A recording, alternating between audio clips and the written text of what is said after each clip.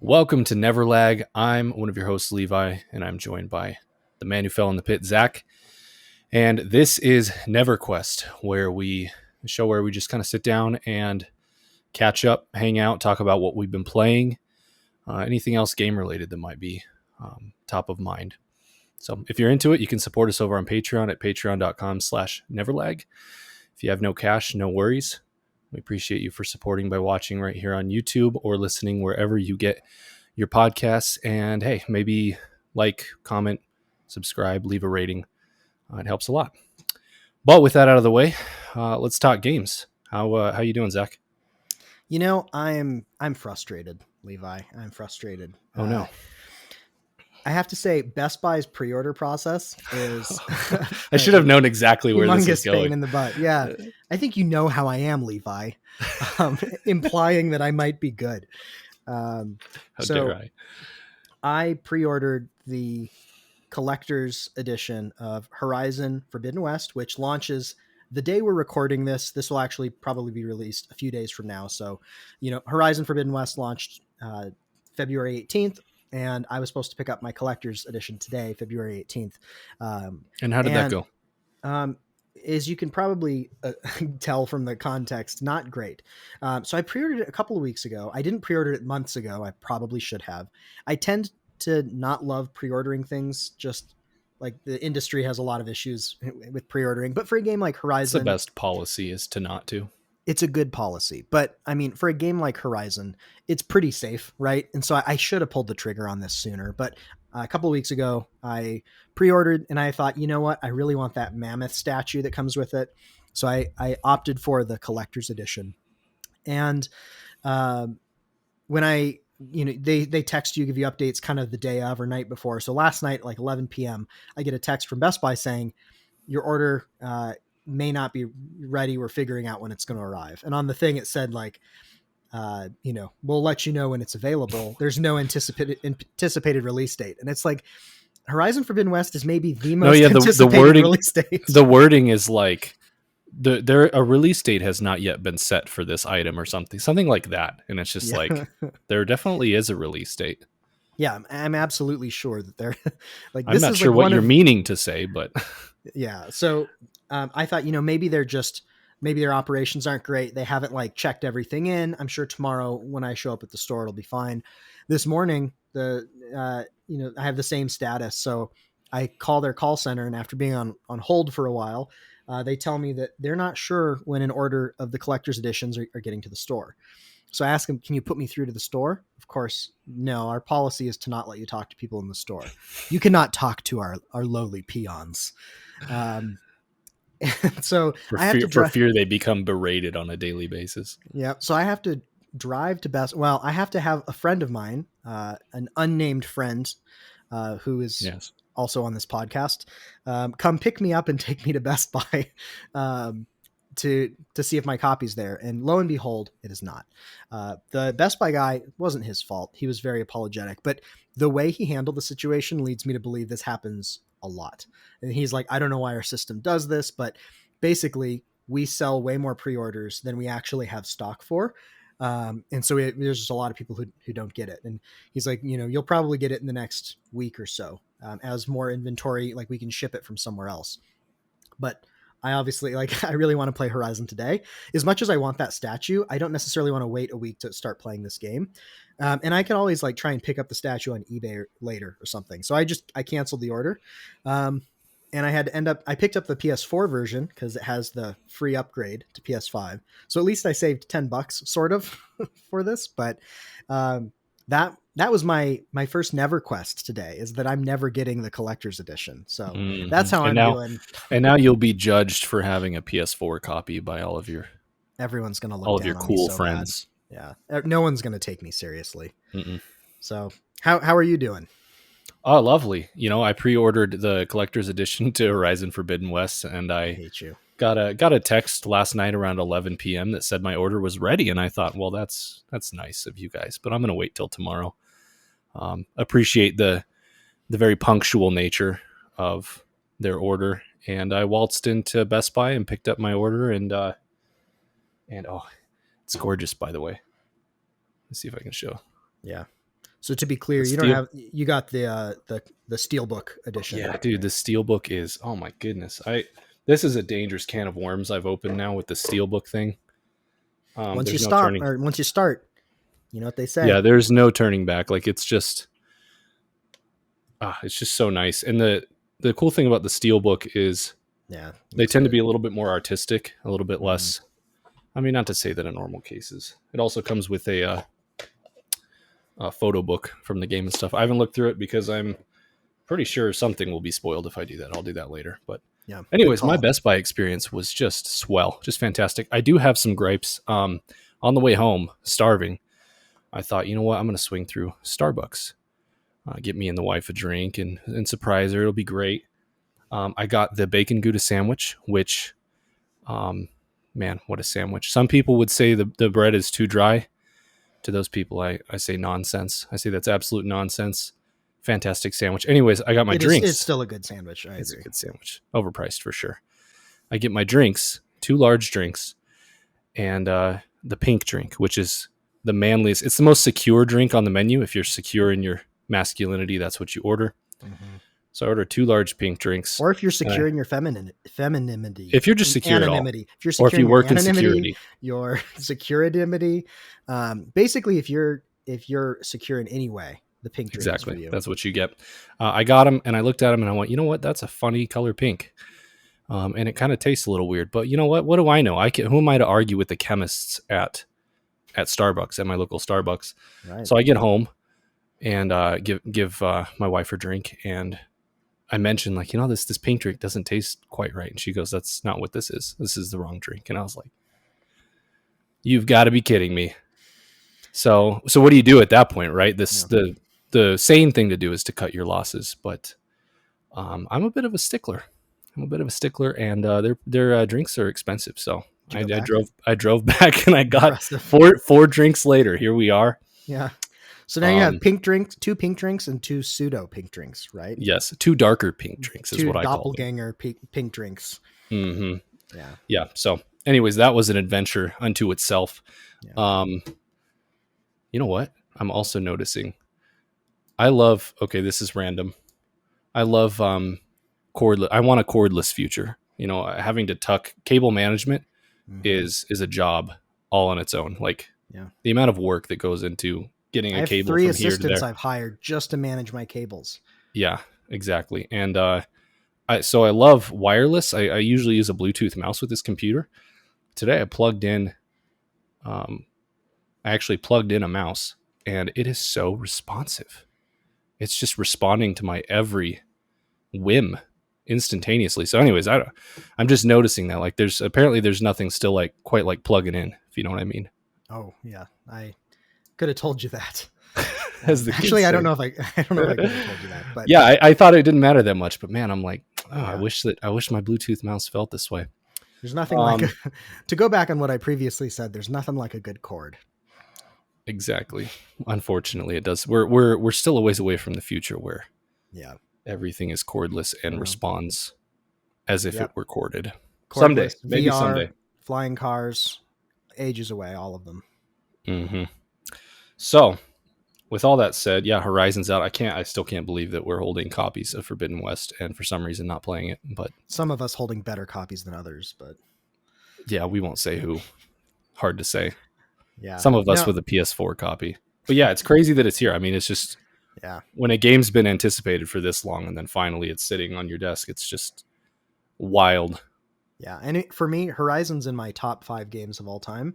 I know there are some pretty big gripes with it, so that I think varies for some people, but I think it pretty universally was loved to an extent. I think everyone's been eagerly anticipating this for years now, and I think the first game was good enough, but also had enough issues that we're all excited to see some obvious improvements to the game while still doing what it did so well in the first installment.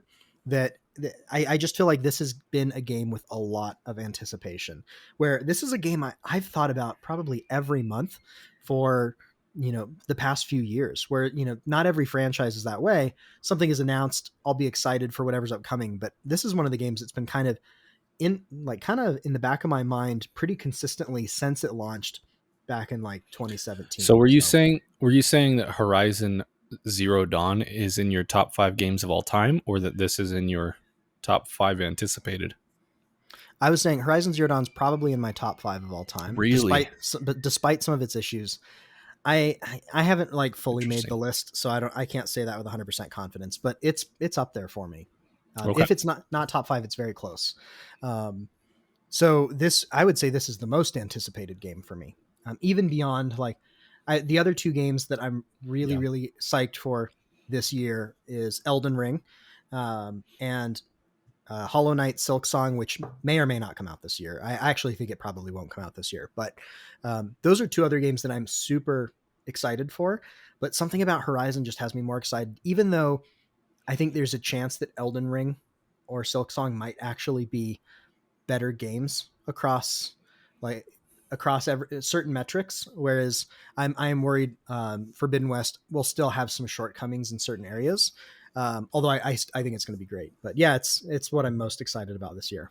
Yeah, fair enough. I mean, I think I'm in the same ballpark. It's my most anticipated game of the year, um, neck and neck with Elden Ring. But Horizon Zero Dawn for me was a game where I kind of fell into the group of people who became utterly infatuated with Breath of the Wild.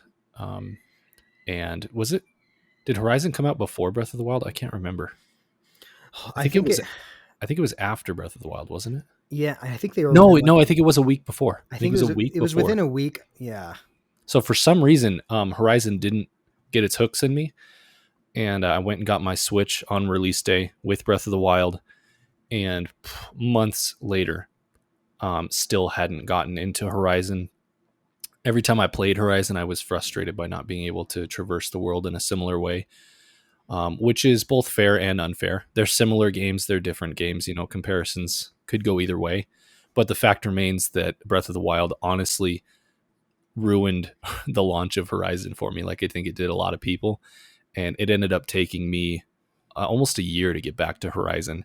And even when I did, when I was ready to, I loved the game. I was so glad I went back. The story, the world, it's all fantastic. Those core issues that bothered me initially um, never became insignificant. They were still major gripes that I had with the game, and because of that, for me, it doesn't. I don't think it's in my top 10 of all time. Um, but the structure, the bones of the game, the world, is all so fantastic that if you improve on those issues that I had with Zero Dawn, I mean, this could catapult to a top 3 status, and that's why I've been Yeah. so excited about Forbidden West. Is if it can fix a few of those traversal issues, which it looks like it's aiming to. We'll see. I've heard some mixed reviews on the climbing, how it's not full. You can climb anything anywhere, and there might be a little bit of frustration still. But hopefully it'll be enough for me to where it's not something I'm thinking about. It's not something that's detracting from my experience and everything I've seen based on previews, reviews, all that. I've tried not to look too much. The world looks like the best open world we've seen, which you would expect from a Sony studio, from Guerrilla Games. Looks like they hit it out of the park with this thing. So, Yeah. yeah, it's here. Crazy that it's here, but we have not been playing it because we did not get our review copy. So, what have you been playing? So I have been playing Pokemon Legends Arceus, or Arceus, if you're, depending on what part of the world you're in, If you're an apparently. idiot, is that what you wanted to say? No, I just wanted to imply it heavily. I would never say something like that. Gotcha. Um, so I've been playing a lot of Pokemon the past week and a half. I got started on that a touch later, maybe about a week after it launched. Um, I've been enjoying it quite a bit. I have some major problems with it as well. So I think we're going to get into that in more detail in a future breakdown. Yeah. But yeah, I probably put 30 to 35 hours into this game so far. I think I'm like right before I'm really close to the final like boss, but not like the end game stuff. So, um, I have, Yeah. I've done all like the nobles, which are kind of like the different area bosses. I've done all of those. I've gone through a lot of the story after that. And I'm kind of at the precipice of finishing the main campaign. So I'm interested to see how I feel after finishing, because the story delivery has been pretty rough. I don't necessarily dislike everything about the story, but the way it's told is like just a lot of like It's spamming brutal. A to try and get through like just walls of these bubbles and dialogue when you want to be playing the game. And so I think that has kind of messed with the pacing a little bit. And so I'm excited to get past a little bit more of the story and just be able to try and go out and explore more and catch Pokemon. But the flip side is I'm curious how well it will hold my attention once the main campaign is done, ironically. But overall, I'm enjoying it. I am going to keep playing after finishing the campaign. I don't know that I'm going to fill the Pokedex 100% and catch everything. I seriously doubt I'm going to try and catch the shiny version of like everything.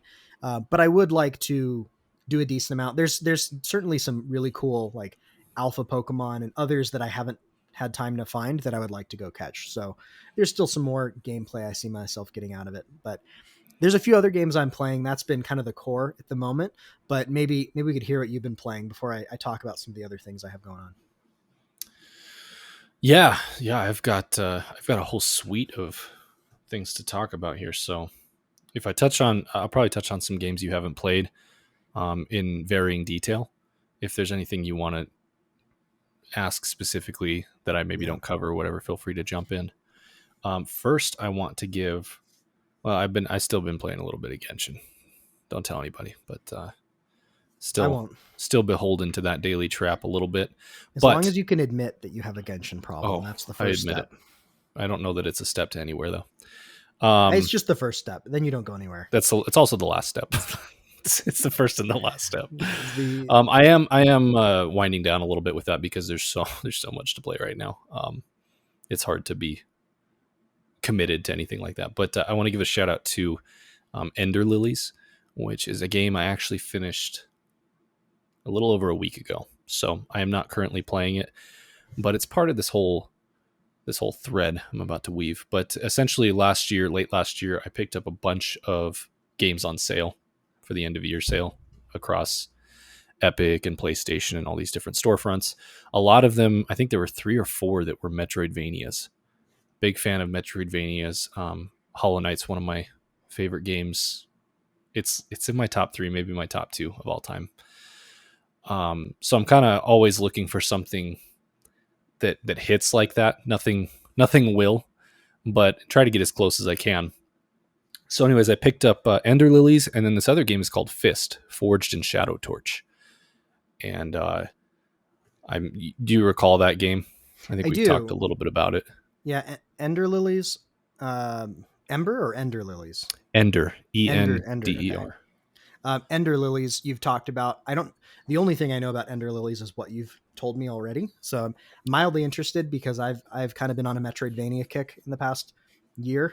So that's on my list. F.I.S.T, I am aware of. I remember some of the trailers from like a year ago. I have to say F.I.S.T didn't grab my attention as much. For whatever reason, something about that just didn't call out to me a whole lot.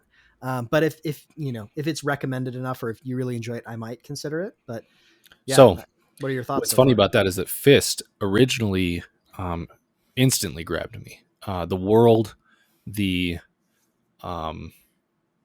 I'm forgetting the word for when you make an animal look like a human. What is it? Anthropomorphic. The anthropomorphic animals in this very, it's funny, I actually was describing this. And I described it as a diesel punk world with lots of Final Fantasy VII vibes going on. Reminded me a lot of Midgar, and then with a little bit of Chinese influence thrown in. And I was talking to someone else, and they looked up F.I.S.T, and those exact 3 things that was were like the mix. were like the spiel about how to describe it. I was like, crushed it. So, anyways, the immediate impression on me was this game looks awesome. I love everything this game is doing artistically, world building. It looks just super cool. Lots of cool factor. So I was really anticipating this game last year. It came out in September 7th, 2021. And it kind of went into my backlog, which becomes this nebulous thing that it's kind of sometimes hard to start digging into. You have to find the right time. You have to be... Sometimes you can pick up a game that you would normally love and you're just not you're just not in the right mood for it. It's weird how that works. So I actually did start Fist a couple weeks ago. Played maybe an hour and was just like, it's not hitting. It's not hitting for me. Put it down. Ended up getting into Ender Lillies, which is another Metroidvania. Very different art style, very kind of 2D, painterly world. Ended up playing through the entirety of that game. Got the platinum for it, all the trophies. That game I would describe as a bit of a snowball. Like when it starts off, it's like, okay, all right, I like this. This is cool. It's interesting. I like what it's doing. The more I played, the more I got into it, until the final boss, which I thought was really cool. So that game kind of was a slow, steady burn that I felt got better over the course of the game. So let's see. The biggest complaint, I have to say this about Ender Lillies, and it's kind of funny, but a map is really important. Like, don't knock a map, because the map in Ender Lillies is, I swear to you, the worst iteration of a map I have ever seen. I don't know. There's been some bad maps. It's up there. It's really bad. It's essentially, there's zero detail in this map. It's essentially like you know how you look at maybe a choice-based game where you make decisions and then things branch off, and you kind of look at it at the end and you're like, oh, this branch went this way and I could have gone this way, and it's just like a box connected by lines. That is this map. There is no detail. They're just a bunch of rectangles connected by lines and little dots at various points on a rectangle to tell you, oh, there's an exit point or an entrance point in this rough area of this box that I'm in. Like, that's the extent of the detail for this map. The only other thing it does is that when you complete a room or a box, it changes colors. So from a standpoint of completing the map, it's nice, but that could have been done with any map. So I found this map very frustrating. It laughably, it detracted from my experience, and like, I would honestly dock it a point for how bad this map was. I pulled up a picture of it that I'm looking at. Yeah. And this is impressively, like, this looks like something you cobbled together as like a Microsoft Word flowchart. It's terrible. It's impressive. Yeah. It's impressively bad. Other than like the completion of the boxes turning from gray to orange, presumably. This map is quite bad. It's like it feels like they ran out of time. And then they're like, oh crap, we need a map. I guess just use the flow chart that we're using for our developers. Does your cousin in middle school know how to use a computer? Yeah. Does he have time to make a map for us? That's what happened. You told me he was good with Word. Is that true? Which is like the best program for this. It's like in movies when they hire the hacker and it's like a kid and he's like, we need the Shadow Lord. He's like, except it's just him making a Microsoft Word. Yeah. Yeah. So for those of you out there, all three of you, look this up. It might be worth seeing. But anyways, honestly, the game is like a 4 out of 5, but with the map, it's like a 3 out of 5. So yeah, interesting. Anyways, there's my shout out to Ender Lillies. It's a good game. If you like Metroidvanias, I think it's a worthwhile experience. I would not describe it as a must play. But at the end of the day, I really enjoyed my time with it. I thought it was good. Anyways, fast forward to this past week. I was waiting I told you I've been in this state of like Horizon's coming out. All these big games are coming out. I could not bring myself to start anything. Mm-hmm. And one of these nights I had some downtime and I was just sitting there and I was like, I gotta pick something. So I was scrolling through all these games I bought on sale last year and landed on F.I.S.T. Decided to jump in, started playing more of it. Fast forward 3-4 days. I finished it last night, got the platinum last night as well. Oh, wow. Awesome game, man. Just honestly, the cliff notes here. F.I.S.T. is, I believe, solidly in my top 3 Metroidvanias at this point, which it's not an extensive list, but it is growing. And the top 2. Let me guess. Hollow Knight is number 1, obviously. Yeah. Number 2, I'm going to say, is Ori and the Will of the Wisps. Correct. Would I be correct? Okay. Correct. I think F.I.S.T. is above Ori and the Blind Forest for me. Wow. And I think it's neck and neck. I need to give it some time. But I think it could compete with Will of the Wisps. It's like a 2-3. It's somewhere in there. So let me think of where to start with this game. Let me just jump in and say, you're making me regret not picking this up on the Epic Games sale like a month or so ago, It was on Yeah, it was sale. like I could what, have 10 gotten it. bucks? I could have gotten it for $10, and I Yeah. almost did, but I had spent a lot on like other games on sale, and I didn't get it because the vibe initially just was not calling out to me. But I almost did, and now I'm regretting it because initially when you started this and you said you tried picking up F.I.S.T and you kind of bounced off of it and you weren't feeling it, I was like, okay, good. I didn't make a poor decision. Haha, And then gotcha. you circled right around at the end and said, no, Zach, you did make a poor You decision. So idiot. It'll be on sale again. So for starters, the atmosphere that this game sets is immaculate. Like, it's just this game. I think the defining moment that really clicked for me is a few hours in. You're doing all this MacGuffin stuff, right? Basically, this is set in a world where lots of anthropomorphic animals, all different kinds of animals, but they are essentially living in a city that is kind of a dystopian fascist situation going on where like kind of cyborg slash robots are domineering over the critters, right? Very dictator like, something like that. mhm. So you're kind of the rebel. You're the rebel forces. You're put in a position where you have to fight against them and kind of change the status quo within the city. And a few hours into the game, you make it back to what is essentially your stereotypical village or like your home base, right? Where all the NPCs are chilling, and you go talk to them at various points during the adventure. And this game really clicked for me when I started walking around talking to these different characters who are all very well done. Um, I don't know. I felt interested to find all these NPCs and talk to them and see what their deal was.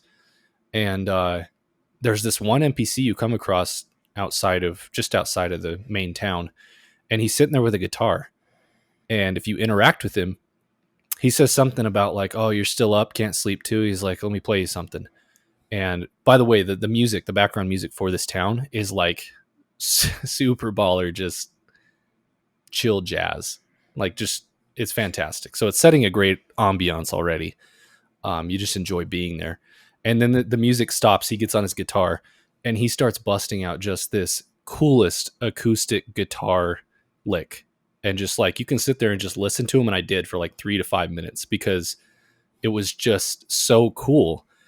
And it was just a moment in the game where I was like, holy crap, this is really cool. I'm really just enjoying this world. And the fact that I just met this dude and he's playing the guitar for me. And I don't know, it's just that at that moment, I was like, I like this game. I'm in. That's really cool. Those are the types of moments that tend to bridge something from a video game into a bit more of an immersive experience. And I feel like Yeah.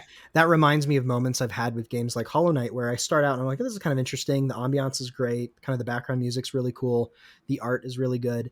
And then you start to have these moments with like Cornifer or whatever, humming a tune and making his maps. And you like learn about the little inhabitants that you're as you kind of explore. And all of a sudden it starts to take on this more real feeling. Like it feels like you're actually in this world meeting other people. And anytime you hit that, you've hit a higher level of immersion. So Yeah. I got to say, I wasn't expecting that from F.I.S.T, and it makes me more excited to find somewhere on the backlog for it.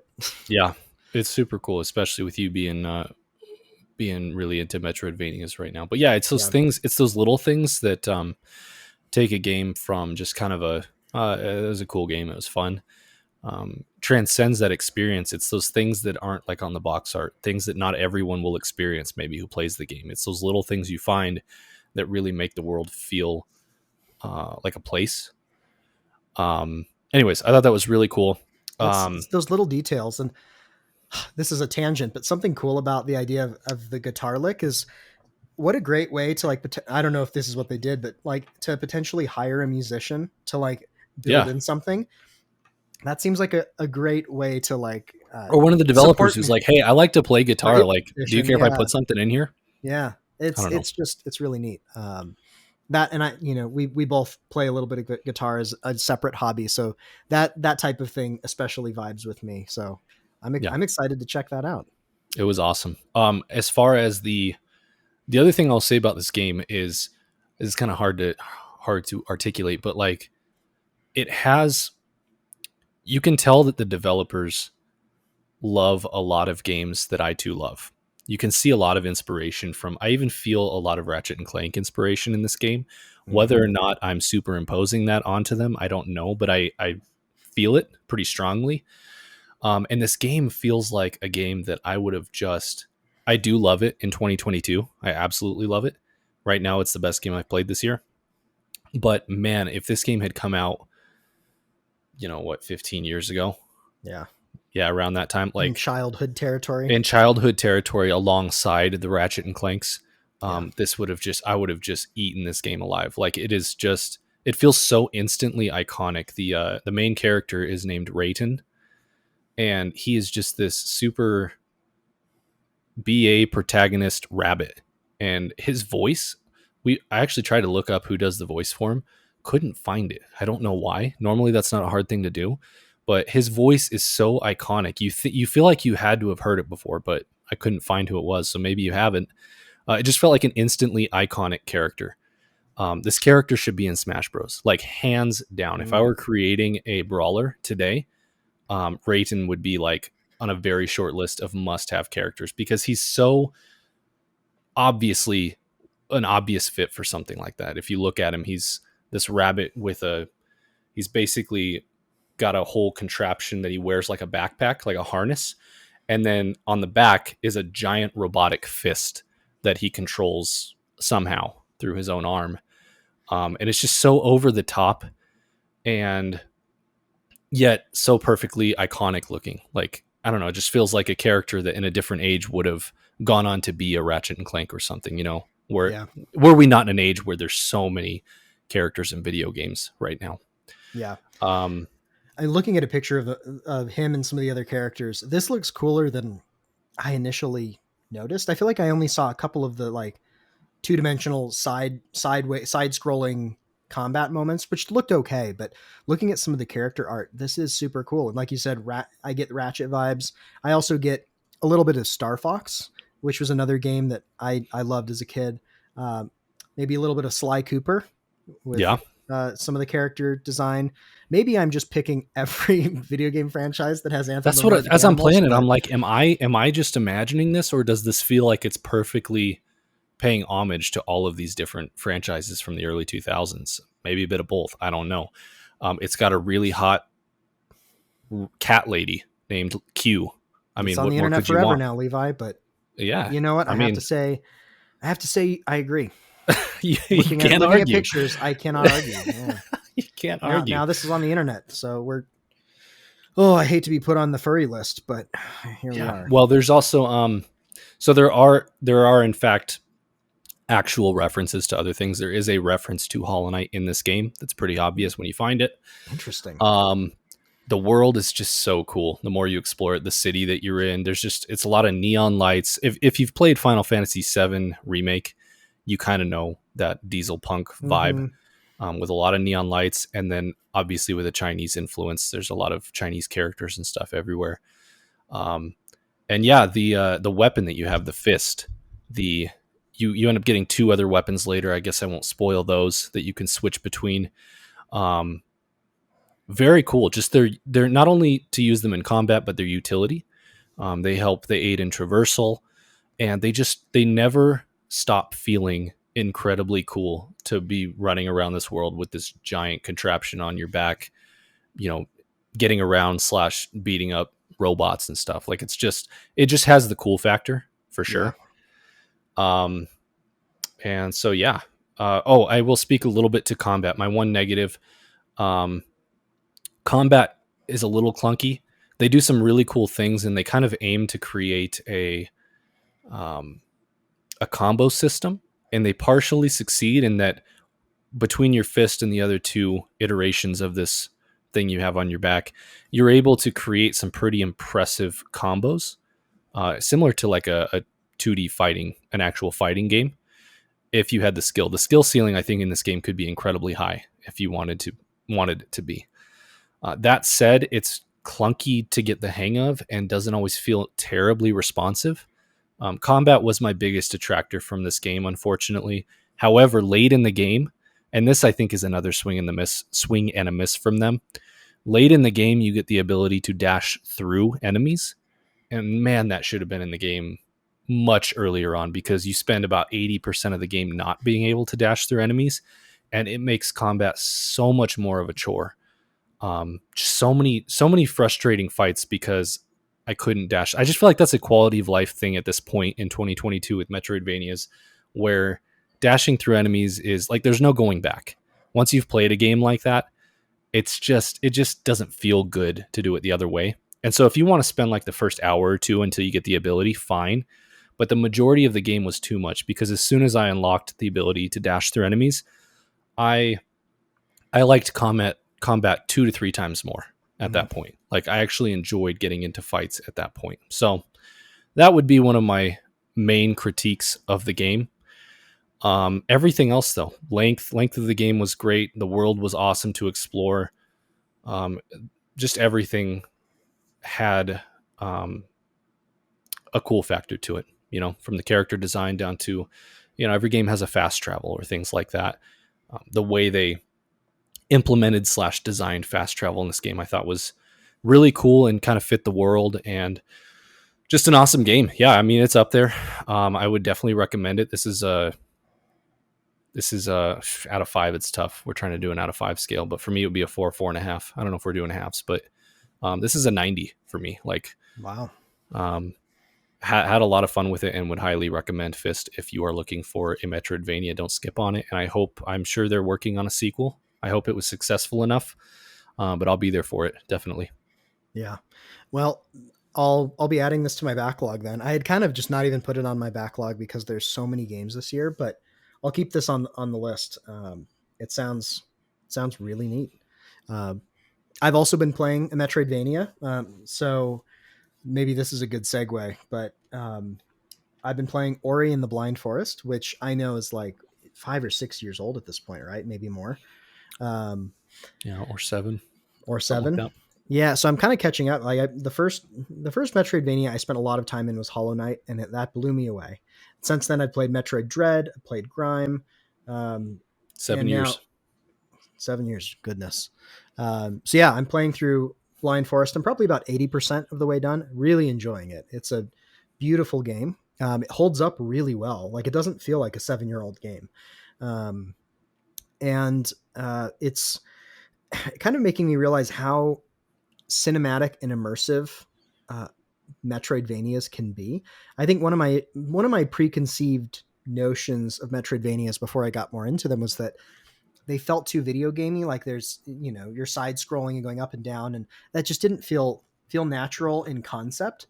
Like Yeah, kind of like you looking at a can't map, create an immersive world in 2D. right? And it's like it didn't feel Yeah. like you have like you can go up and down and these different maps, and they're all stacked, and it didn't feel as much like a real world conceptually. After playing Hollow Knight, I was blown away by how like that game is close to perfect, I think. And some of the other Metroidvanias I've played, well, Metroid Dread being one of them, were also a ton of fun. That didn't end up being an issue for me. I don't know why I thought it was. And Ori and the Blind Forest really ratchets up the cinematic quality. The colors and the visuals are just beautiful. It feels like you're watching this like a beautiful animated film, but you're also playing it. The use of color in those games is astounding. Mm-hmm. And the other thing that I think goes really well with this cinematic vibe is the music, the soundtrack. The music, it's great ambiance, but it's also epic. Like Ori is a sound. It's like a movie soundtrack that you'd go out Very of your way. orchestral. Very orchestral. It's like the type you'd go out of your way to add to a Spotify playlist when you want epic music. It's that good. So the combination of beautiful colors, beautiful zones and animations of creatures, incredible orchestral music, and the mechanics are really fun too. And that mix of things makes something really special. I think for me, Ori and the Blind Forest is probably somewhere between a 4 and a 4.5 for me as well. Probably 4.5. I haven't finished it yet, so I can't make a final determination, but I hope to finish that relatively soon because then I want to jump into Will o' the Wisps, so that I'm up to date on Ori, and then I can move on to some more recent Metroidvanias such as F.I.S.T. or Yeah, Ender Lillies. definitely. Yeah, Ori's, I mean, if you like the genre, Ori is it's a top 3 in the modern genre. You got to check it out. Especially my main complaint, ironically, with Ori and the Blind Forest as well, was combat was a little reductive. It doesn't give you a ton of options for how you want to do combat. A lot of the bosses in that game are chase sequences, which, though very cinematic and very cool, the Blind Forest, no, I'm sorry, Will of the Wisps, takes everything that's great about Ori and throws in, hey, what if you could parry? What if you had, ranged abilities? What if you had different styles of melee abilities? What if bosses were actual bosses you weren't running from? Like, it does all that, and it's just like, it's solid. So yeah, right now for me, we got Hollow Knight, Will of the Wisps, and F.I.S.T. I think pretty solidly my top 3 Metroidvanias. So and pretty solid. I've finally reached a point with Metroidvanias where I think it's going to be hard to knock one of those off. So very cool. One last thing I want to mention that I did wrap up. This is actually a game from last year that I came back to in this past week because of my indecisive nature regarding these big games upcoming and not knowing what to play. It was a bit of a comfort food for me last year. Was The Curse of the Dead Gods, and it's essentially it's an Indiana Jones type world. I mean, you're running through tombs, right? Kind of Indiana Jones style, top down isometric, and it is a rogue like. Is it more than a roguelite? I mean, those are interchangeable to me. But anyways, this is probably the only roguelike game that I've ever liked for its roguelike elements. Typically, if I like a roguelike game, it is despite its roguelike elements. I like the game. I would like it more if it were just a traditional game. This game is actually very fun to restart and run through and figure out what your loadout's going to be and die and restart. And it also offers enough player choice. Basically, the entire game is set up. You enter a run, and you get to select from 4 different kinds of rooms.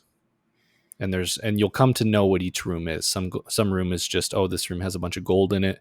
This room may have a relic that can help make you stronger. This room may have some attributes that can make you stronger. This room may have a new weapon that you'll get to pick from to add to your arsenal, or an upgrade to a weapon, or a boss room. There's all these different rooms, and you get to kind of pick a path through this run. Sometimes there'll be question marks. You don't know what a room is going to be, and you're like, do I take the one I know or the one I don't know?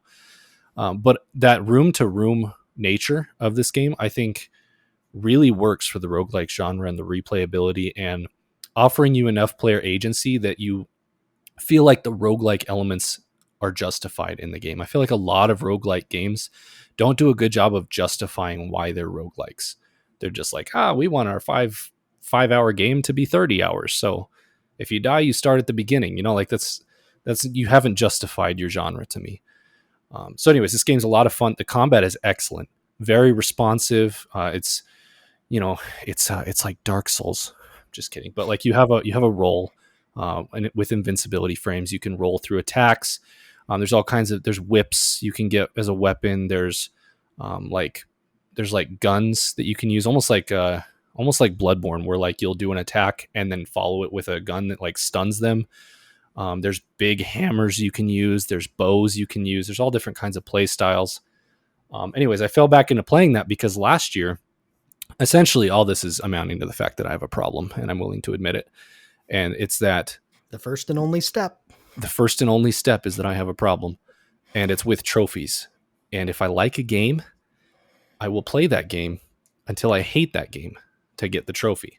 I don't know. I can't stop. I can't be like, you know what? I'm damaging my relationship with this game. I need to step away. I'm like, let's go.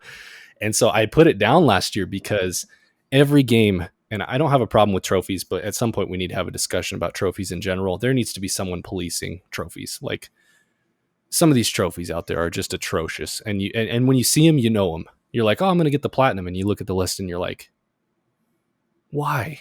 Why did you do this to people? Like, so anyways, the one trophy, it's actually not that egregious, but there is a trophy where you have to complete the book I'm trying to think of the term that most games use, where it's like you have every enemy listed in this book. What's a good word for that? Can you think of it off the top of your head? When a game has like an index or something, you have to complete this index. Yeah, you have to complete this index. There you go. So it has every enemy you encounter in the game, and then it also has bosses. And next to it, it says how many times you've defeated that enemy or boss without being hit. And for bosses, it was 10. Wow. And for enemies, it varied, but it was like 50. So I thought to myself, okay, I'll get started on the bosses, right? Those are going to be the hardest part. And they were very difficult. But I got through all the bosses, had all the bosses done. And this is last year. Had all the bosses done. And then I look at my book, because the last trophy is complete this book. So that's just it. I'm just trying to finish this book. The last things left are elite enemies. And so they're just elite versions of enemies you would normally find. They have more health, more dangerous. You have to defeat them without being hit, right? You have to defeat 50 of each of these elite enemies without being hit. I had played a fair amount of this game, many runs, bosses 10 times without being hit. And pretty much all of my elites were at like 35 to 38 out of 50. And I was like, holy crap, that sucks. So I put the game down. Well, 6 months later or whatever, this past week, when I had nothing to play, I was like, all right, let me hop back in. Let me do a run, see if I'm feeling it. And anyways, lo and behold, I did through much frustration. It's a very bad, because these elites don't. So like your runs are in tiers. You have like a first tier, a second tier, and then a final tier, typically. Elites don't typically spawn until the final tier. Right, and, of course. And then you have to not get hit. If you get hit by them, they don't count. Mm-hmm. So just an obviously frustrating trophy that the world would be better without. But anyways, I have a problem. I did do it. It took me a few more hours than I probably would have liked to have put in the game. But I was also, at the end of the day, I enjoy the game. I recommend it. It's fun to play. Even though I'm done with the trophy now, I could see myself at some point popping back in for a run or two. It's just fun to play. And that's kind of why I decided, let's just do this. I want to play it anyways. In the moment, it's frustrating, but that's another game that I have kind of closed the book on, put on the shelf, got the trophy. Don't have to think about it anymore for a while. Thank goodness. Yeah.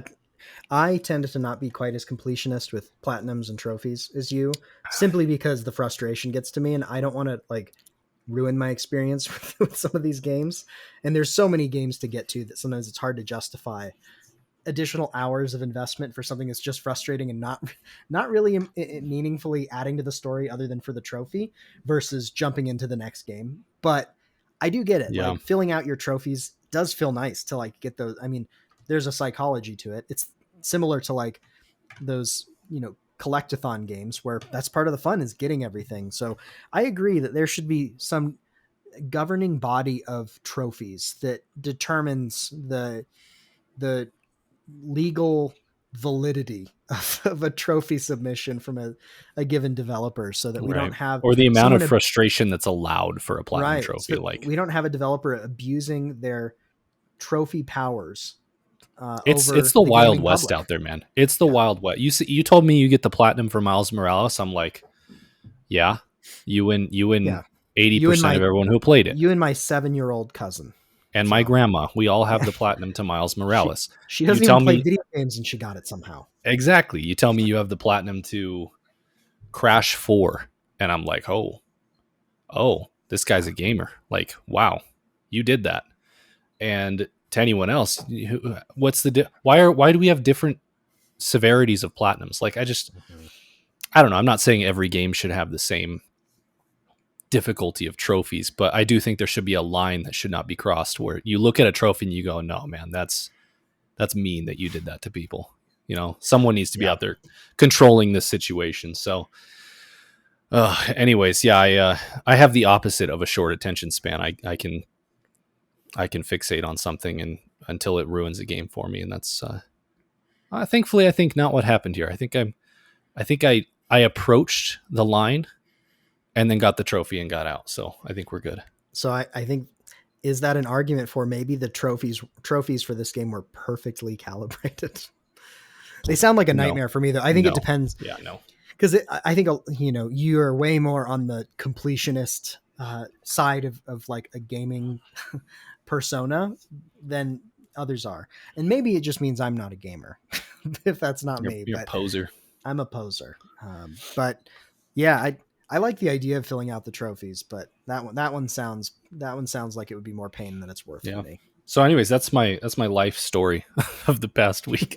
It was a lot to go through. If you stuck through it, kudos to you. Do you have anything else to add before we wrap up? I don't. I'm itching to jump into some Horizon Forbidden West. So I know, right? That's going to be first order of business after we wrap up. Oh, and do our news show. Okay, well, thank you for sticking with us. This has been NeverQuest. And remember, you can support us over on patreon.com/NeverLag by watching here on YouTube, wherever you get your podcasts. And if, maybe leave us a like, comment, subscribe, rating, all that stuff. But we'll catch you next time on NeverLag. Bye, everyone.